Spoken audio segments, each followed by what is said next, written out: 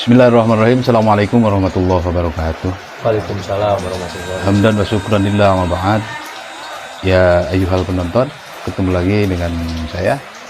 Alhamdulillah kali ini saya sudah berada di Indonesia bagian Benteng. Nah, di mana Benteng ini sebuah nama daerah yang istilahnya selama ini kita tahu bahwa desa atau kelurahan Benteng ini ada di kota Ciamis ya. Nah, jadi sahabat semuanya, kali ini saya akan berbincang-bincang setelah menelusuri makbaroh salah seorang waliullah yang selama ini tenggelam atau ditenggelamkan.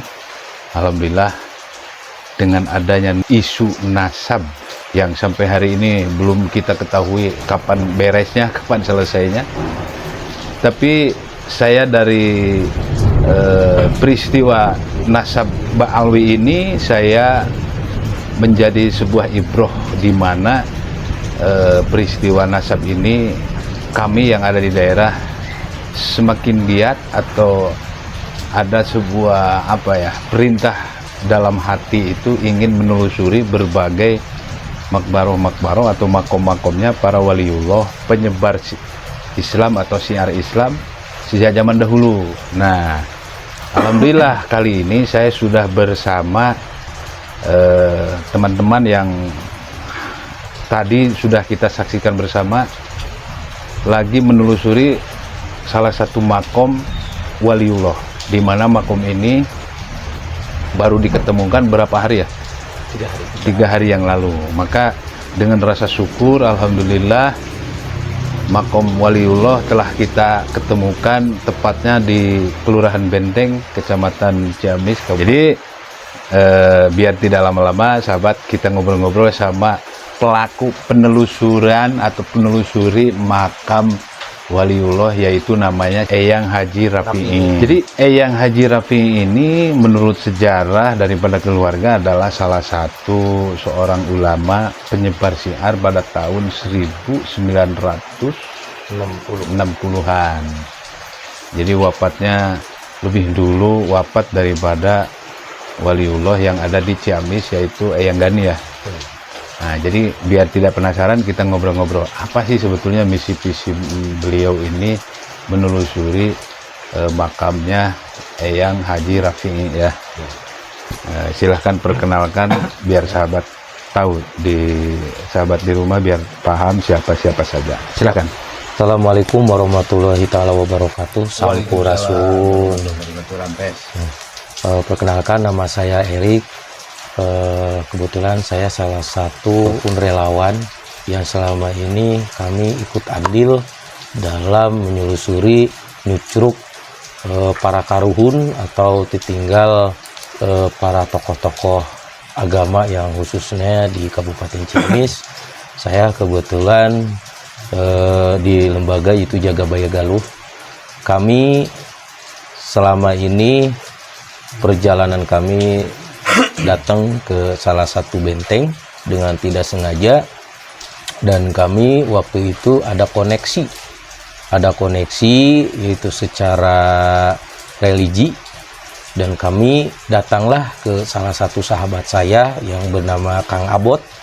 Nah, kebetulan di sini khususnya itu di Dusun Cimandala ya, Dusun Cimandala. Nah, ada tertarik di situ. Awalnya kami tidak tahu. Setelah kami berbincang-bincang silaturahim dengan beliau, menanyakan bahwa ada nggak di sini makam keramat. Kenapa? Karena ada koneksi dengan kami.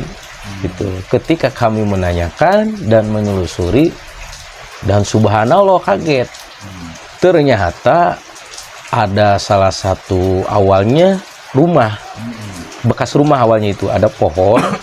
Nah, kami dikira itu awalnya makam. Setelah kami berinteraksi, itu ada energi yang sangat luar biasa, dan kami mengalami secara realistis. Kami ketika berdoa, itu ada sosok itu berjubah, tapi nggak ngelihat, saya itu nggak ngelihat bahwasanya itu orang atau apapun. Sampai saya itu merinding. Tawasulnya di mana itu? Itu awalnya itu ada satu pohon, dan kebetulan setelah kita telusuri itu adalah tempatnya wudhunya beliau, dan rumahnya dan rumah dan pekarangan itu tempatnya dulu musyawarah katanya gitu.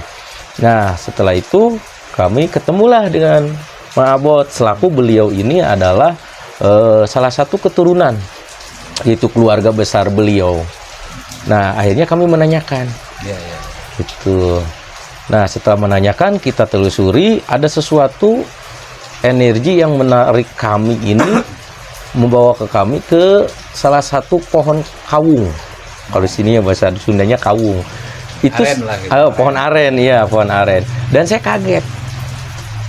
Apa? Awalnya nggak tahu di situ ada makam. Awalnya ke situ ini energinya kok positif gitu kan. Setelah kami rasa ngelihat pas ke bawah, subhanallah ada makam di situ. Ada 4, cuman kita baru kelihatan ada 3. Nah setelah kami telusuri, ada informasi saudaranya beliau juga. Nah kami menanyakan, ada salah satu namanya Ibu Esi lah kalau siapa ya? Esa ya, Esa.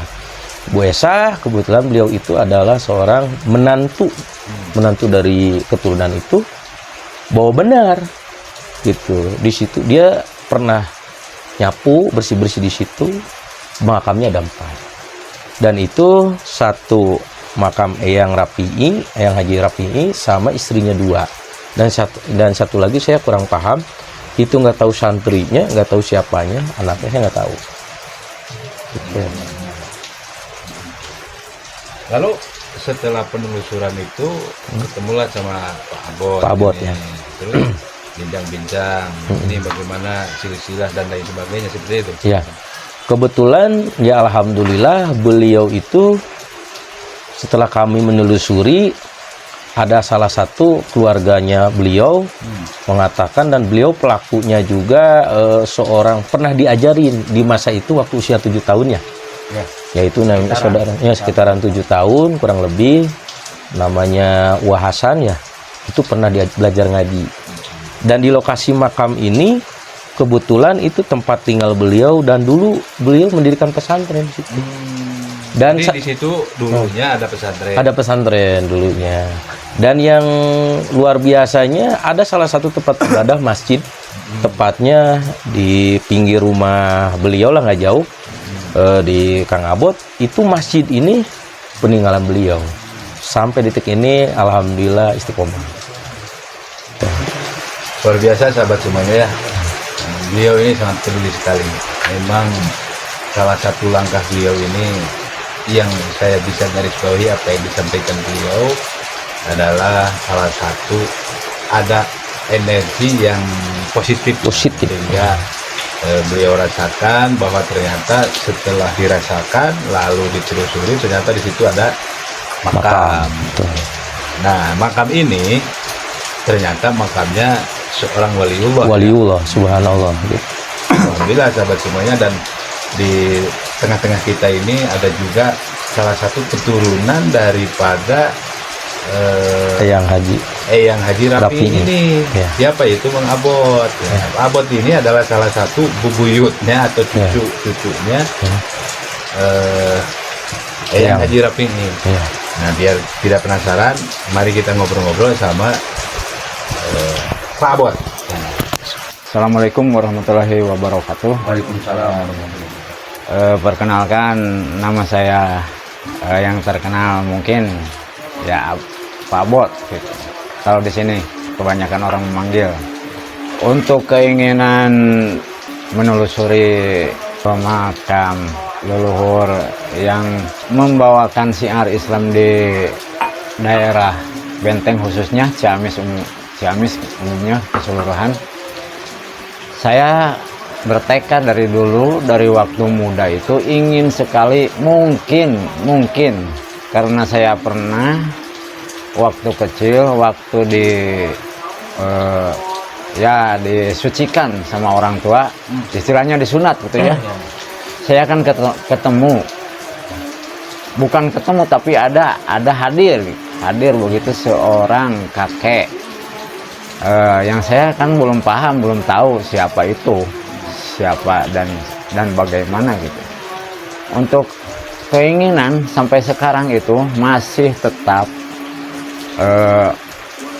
menggebuk itu keinginan yang terus menerus, dan kemana arah harus tanyakan, dan siapa nama orang itu, tapi nanya sama orang tua, oh bahwa ada kakek kamu itu seorang penyiar agama di sekitaran Benteng, katanya sangat mungkin setingkat syekh.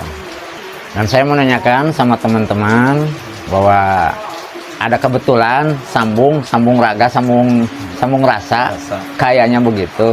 Jadi kita kan tukar pikiran, sharing sama teman-teman ya.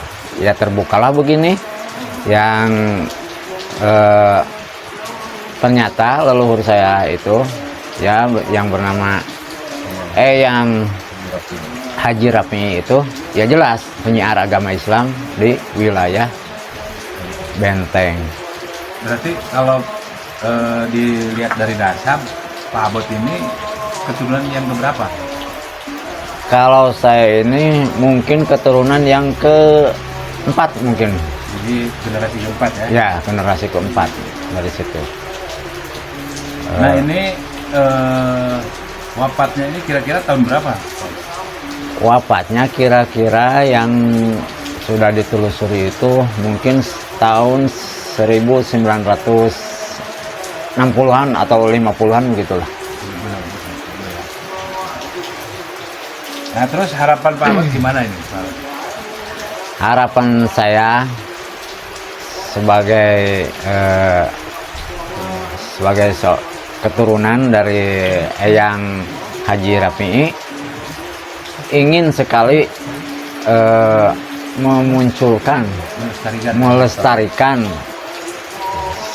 seseorang atau sesepuh yang telah menyiarkan dan mengharumkan nama wilayah setempat, ingin sekali dilestarikan oleh pemerintah setempat atau ke pemerintahan pusat mungkin ya, kalau bisa itu kabupaten yang terdekat dulu mungkin ingin sekali dilestarikan dan dipelihara lah begitu, supaya kita kan tidak lupa bahwa kita itu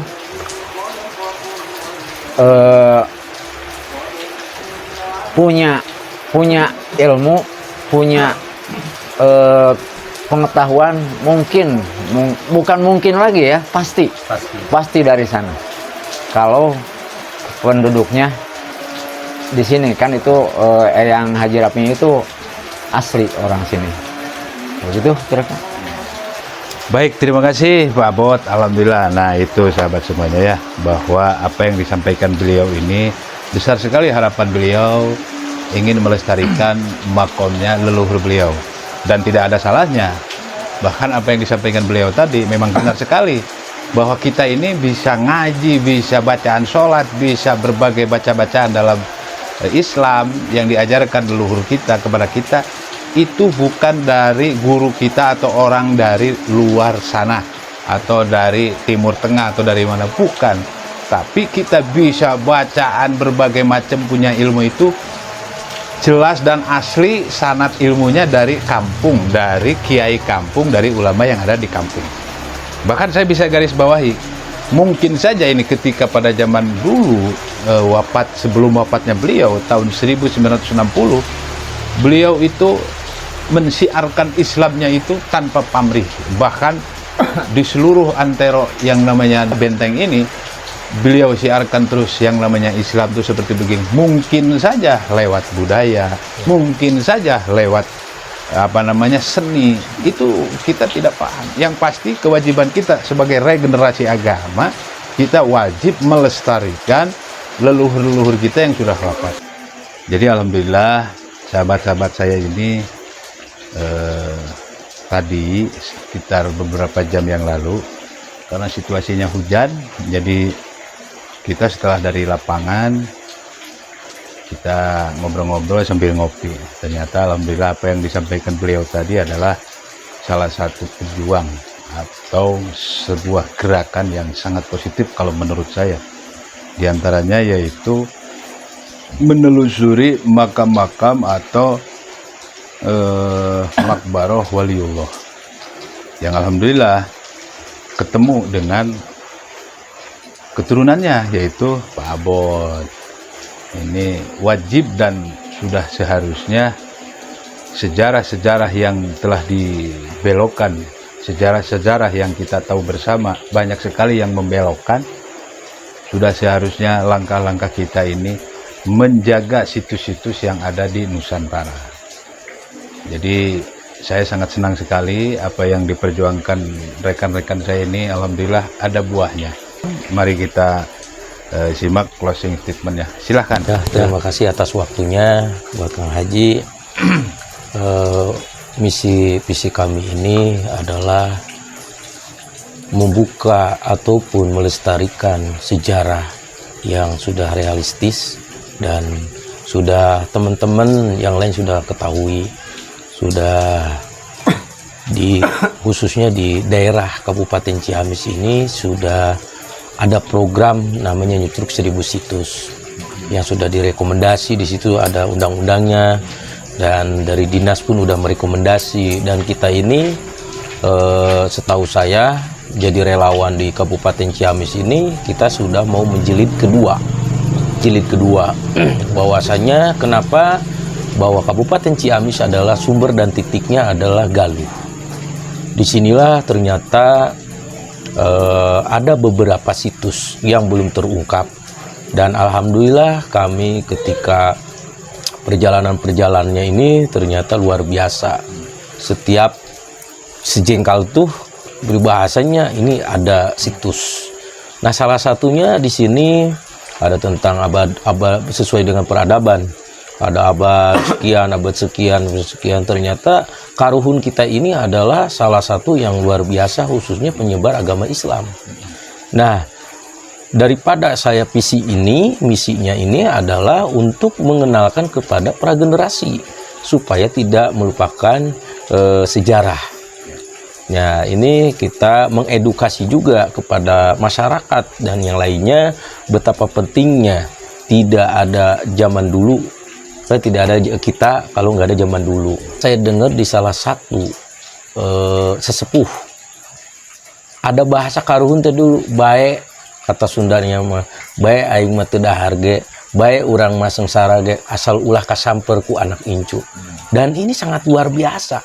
Maka harapan saya ini khususnya di Kabupaten Ciamis, khususnya Kelurahan Benteng, nah kebetulan ada nih, tolong diangkat, ya kan? Karena ini udah jelas banget sesuai dengan SOP-nya gitu kan. Dari dinasnya juga saya mohon untuk merekomendasi, khususnya para pemerintahan.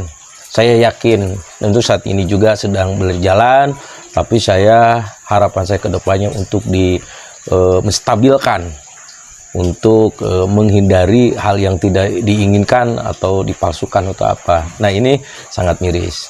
Harapan kami seperti itu.